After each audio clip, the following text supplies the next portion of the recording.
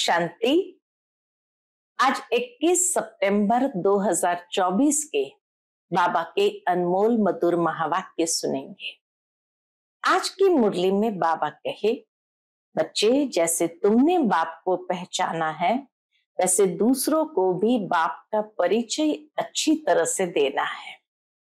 परंतु बाबा को कई बार आश्चर्य लगता है जब बच्चे ये कहते हैं, बाबा आपका परिचय देना बहुत मुश्किल है। बाबा कहे, जैसे तुमने जाना है पहचाना है वैसे ही सबको सुनाओ कि बाप कौन है, कैसे आते हैं, किसके तन में आते हैं और कैसे आकर ज्ञान सुनाकर सबकी सद्गति करते हैं। बाबा कहे, बाबा का परिचय देना बहुत आसान है।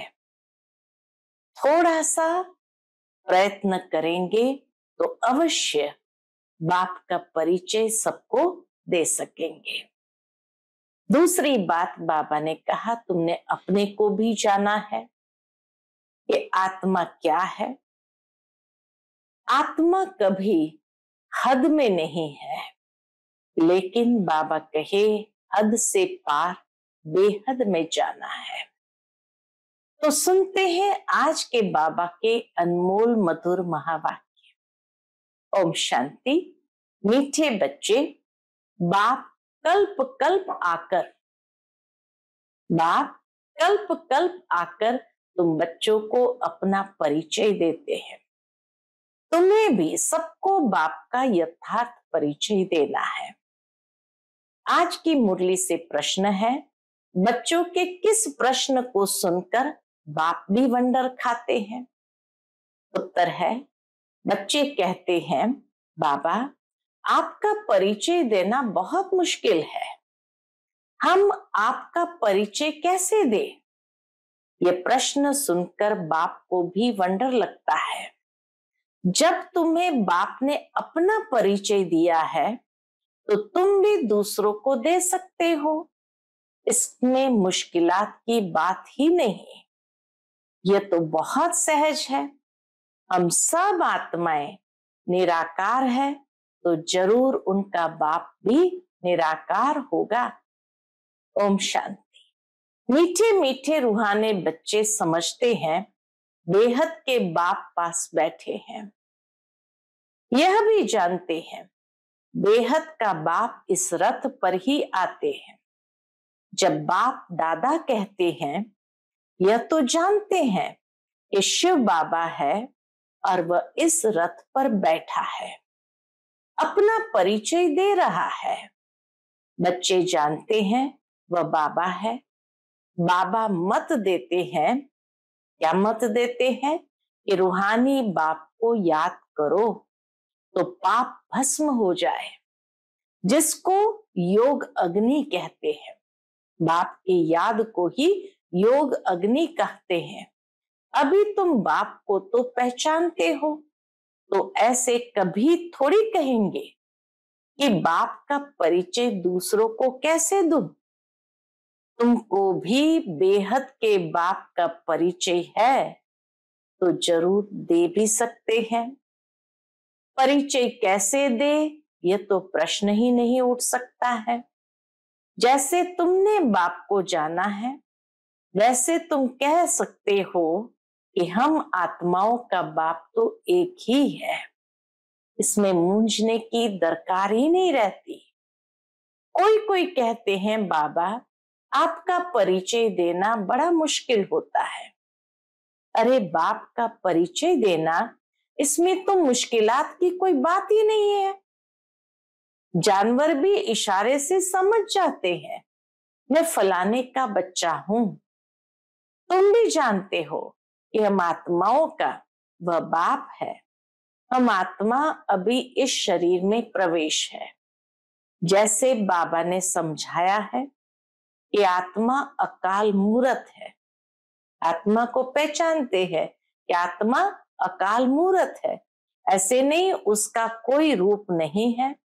बच्चों ने पहचाना है, बिल्कुल सिंपल बात है। आत्माओं का एक ही निराकार बाप है। हम सब आत्माएं भाई भाई है, बाप की संतान है। बाप से हमको वर्षा मिलता है। यह भी जानते हैं ऐसा कोई बच्चा इस दुनिया में नहीं होगा जो बाप को और उनकी रचना को न जानता हो। बाप के पास क्या प्रॉपर्टी है सब जानते हैं। दुनिया में भी कोई बच्चा अपने बाप को जानता है, उसकी रचना को जानता है, उसके पास क्या प्रॉपर्टी है वो सब कुछ जानता है। यह है ही आत्माओं और परमात्मा का मेला। यह कल्याणकारी मेला है। बाप है ही कल्याणकारी, बहुत कल्याण करते हैं। बाप को पहचानने से समझते हो बेहद के बाप से हमको बेहद का वर्षा मिलता है। वो जो सन्यासी गुरु होते हैं उनके शिष्य को गुरु के वर्षे का मालूम नहीं रहता है। खाली शिष्य को गुरु के वर्षे का मालूम नहीं रहता है। गुरु के पास क्या मिल्कियत है ये कोई शिष्य मुश्किल जानते होंगे। तुम्हारी बुद्धि में तो है वह शिव बाबा है। मिल्कियत भी बाबा के पास होती है।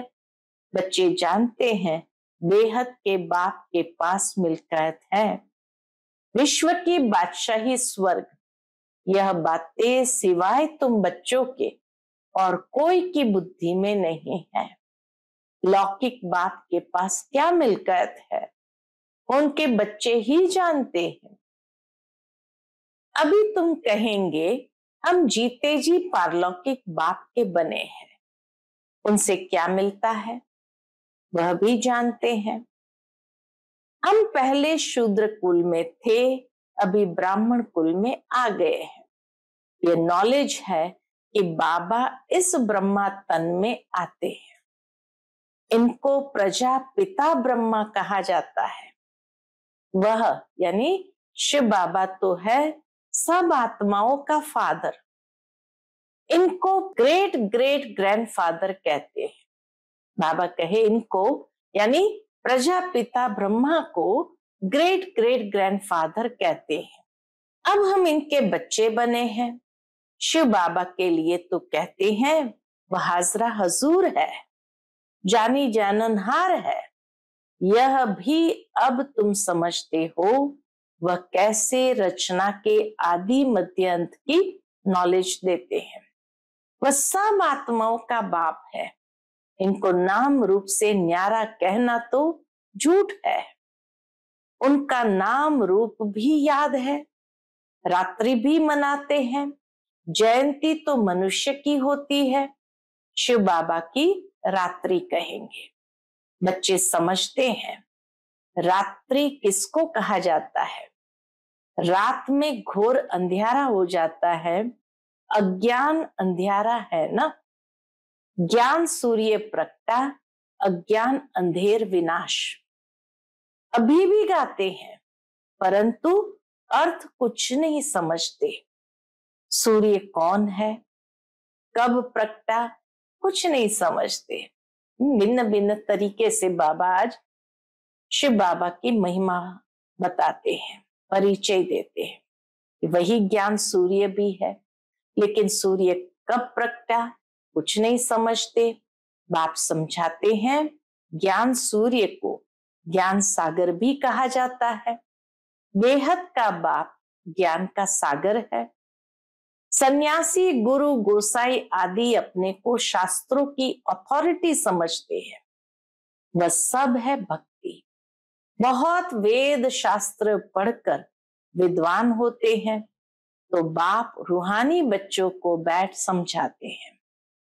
इनको कहा जाता है आत्मा और परमात्मा का मेला। तुम समझते हो बाप इस रथ में आए हुए हैं, इस मिलन को ही मेला कहते हैं। जब हम घर जाते हैं तो वह भी मेला है। यहाँ बाप खुद बैठ पढ़ाते हैं। वह फादर भी है, टीचर भी है।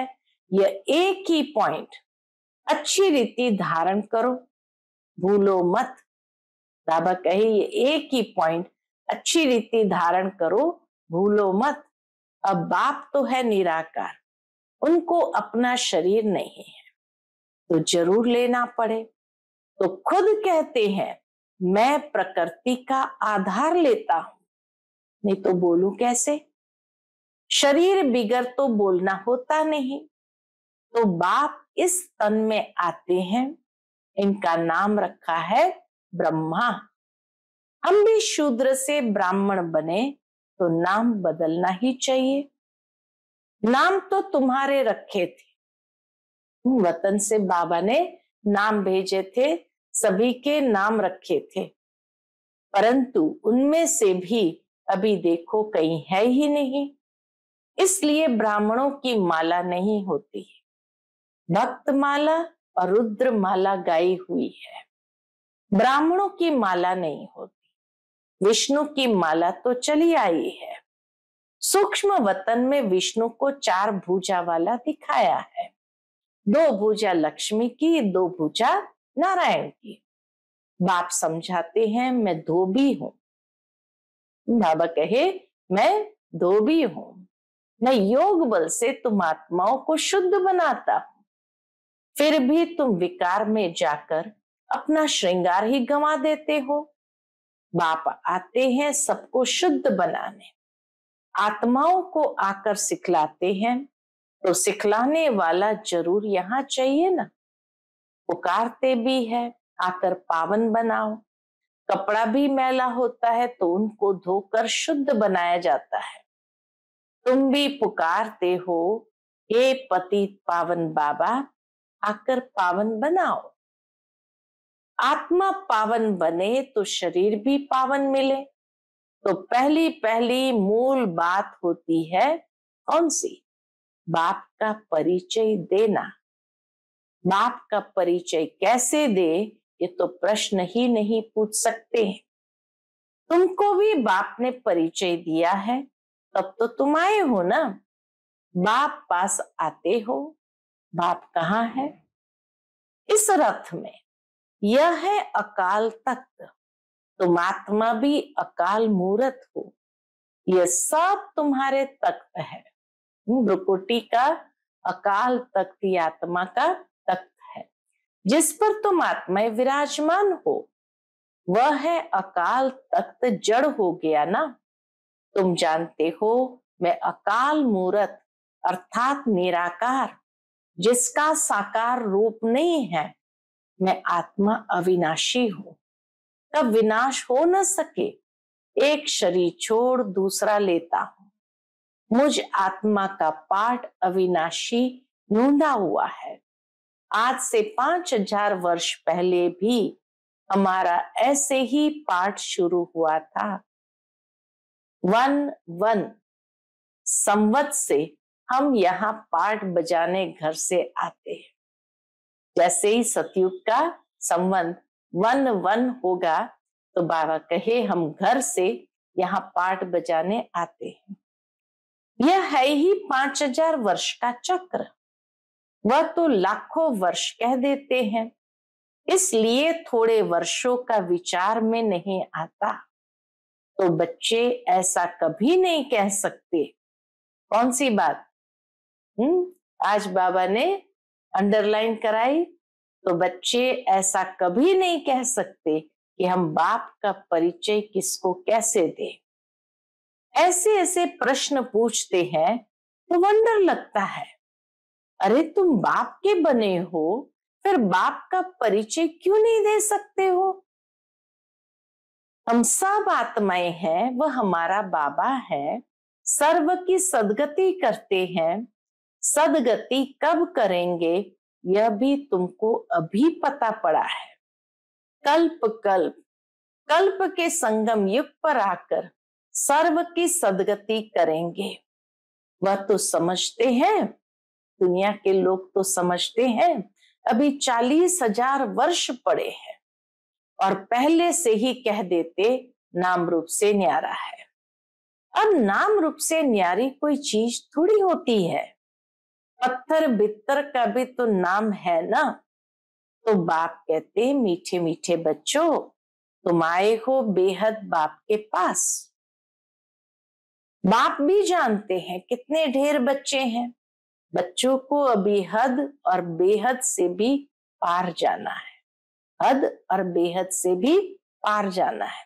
सब बच्चों को देखते हैं, जानते हैं, इन सबको मैं लेने आया हूं। बाबा ये जानता है इस सब आत्माओं को मैं लेने आया हूं।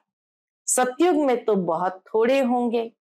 कितना क्लियर है, इसलिए चित्रों पर समझाया जाता है। नॉलेज तो बिल्कुल इजी है, बाकी मुश्किल कहाँ है। ज्ञान को समझना बड़ा आसान है, बाकी याद की यात्रा में टाइम लगता है। ऐसे बाप को कभी भूलना नहीं चाहिए। बाप कहते माँ में कम याद करो तो पावन बन जाएंगे। मैं आता ही हूं पतित से पावन बनाने। तुम अकाल मूरत आत्माएं सब अपने अपने तख्त पर विराजमान हो। बाबा ने भी इस तख्त का लोन लिया है। इस भाग्यशाली रथ में, बाबा कहे, इस भाग्यशाली रथ में बाप प्रवेश होते हैं। कोई कहते हैं परमात्मा का नाम रूप नहीं है, ये तो हो ही नहीं सकता। बाबा कहे ये कहो ये तो हो ही नहीं सकता। उनको पुकारते हैं, महिमा गाते हैं, तो जरूर कोई चीज तो है ना। तमो प्रधान होने कारण कुछ भी समझते नहीं। बाप समझाते हैं, मीठे मीठे बच्चों, इतनी 84 लाख योनियां तो कोई होती नहीं। यही 84 जन्म, पुनर्जन्म भी सबका होगा।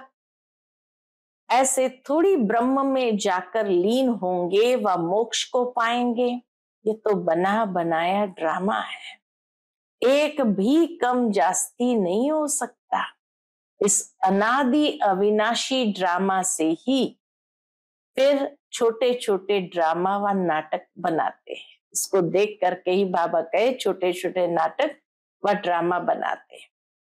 वह है विनाशी। अभी तुम बच्चे बेहद में खड़े हो। तुम बच्चों को ये नॉलेज मिली हुई है हमने कैसे 84 जन्म लिए हैं। अभी बाप ने बताया है। आगे किसको पता नहीं था। ऋषि मुनि भी कहते थे, क्या कहते थे, हम नहीं जानते हैं, हम नहीं जानते।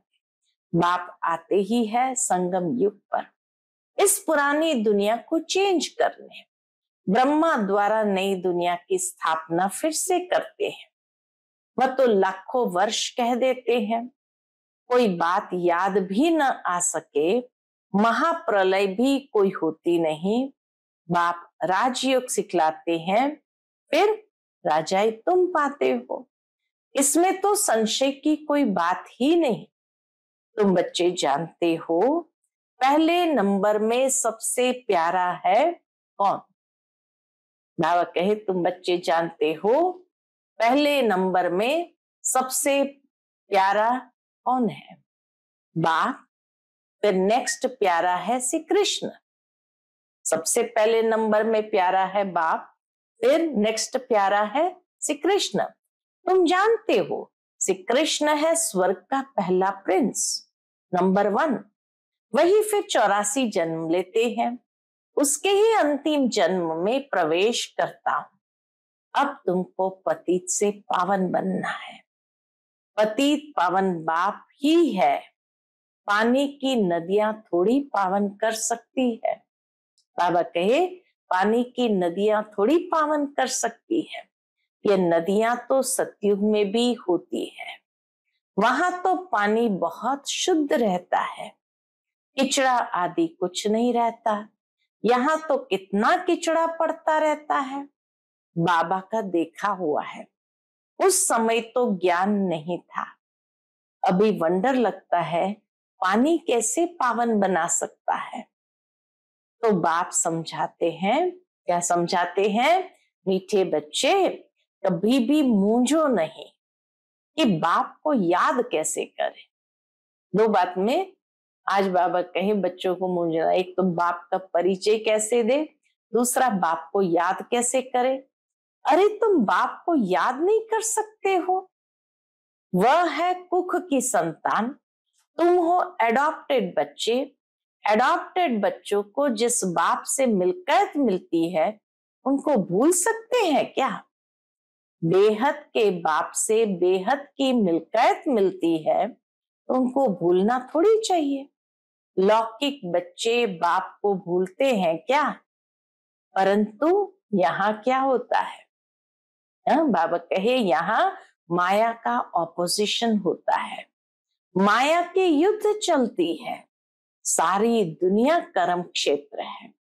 आत्मा इस शरीर में प्रवेश कर यहाँ कर्म करती है। बाप कर्म अकर्म विकर्म का राज समझाते हैं। यहाँ रावण राज्य में कर्म विकर्म बन जाते हैं, वहां रावण राज्य ही नहीं तो कर्म अकर्म हो जाते हैं, विकर्म कोई होता ही नहीं।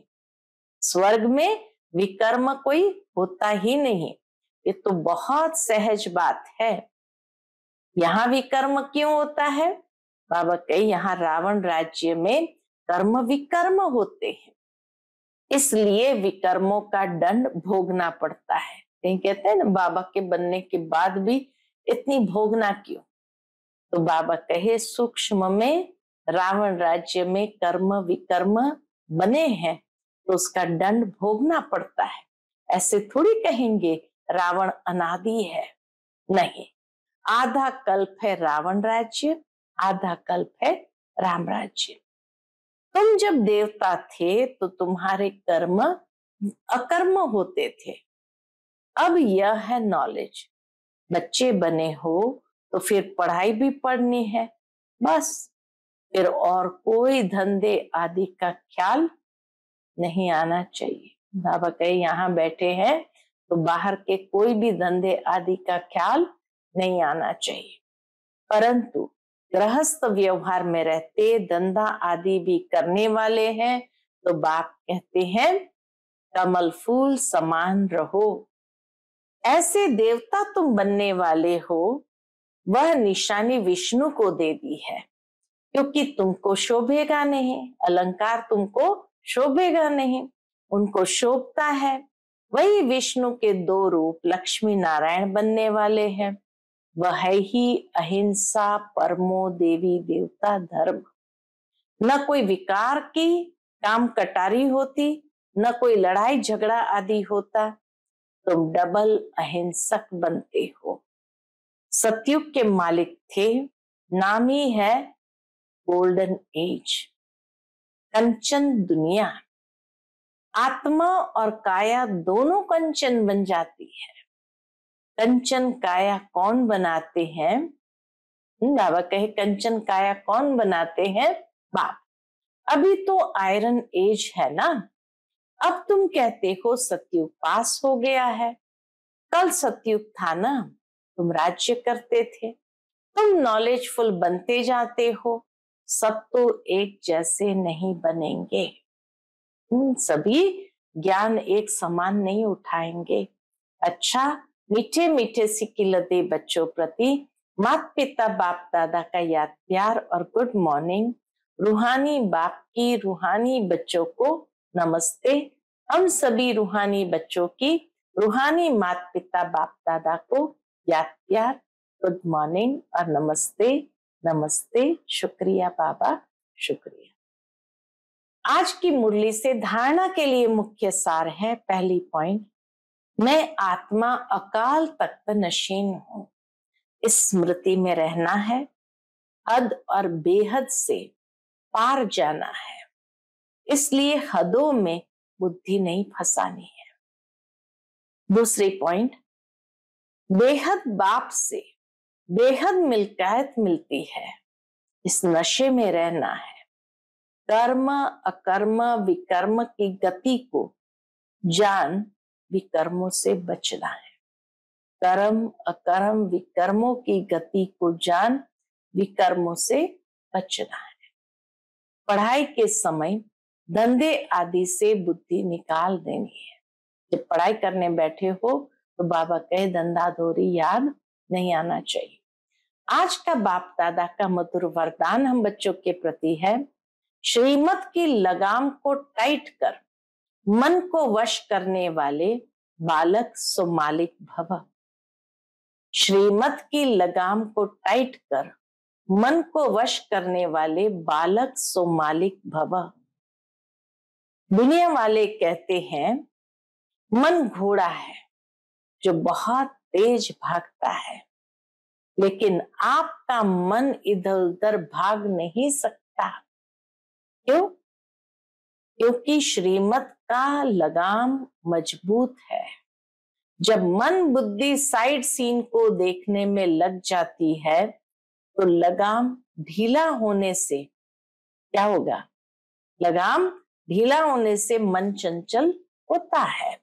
इसलिए जब भी कोई बात हो, मन चंचल हो, तो श्रीमत का लगाम टाइट करो तो मंजिल पर पहुंच जाएंगे। बालक सो मालिक हूं, इस स्मृति से अधिकारी बन मन को अपने वश में रखो। बाबा कहे बालक सो मालिक हूं, इस स्मृति से अधिकारी बन मन को अपने वश में रखो।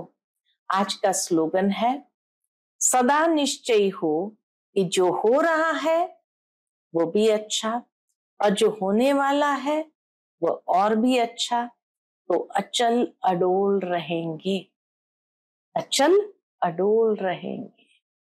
अच्छा, ओम शांति।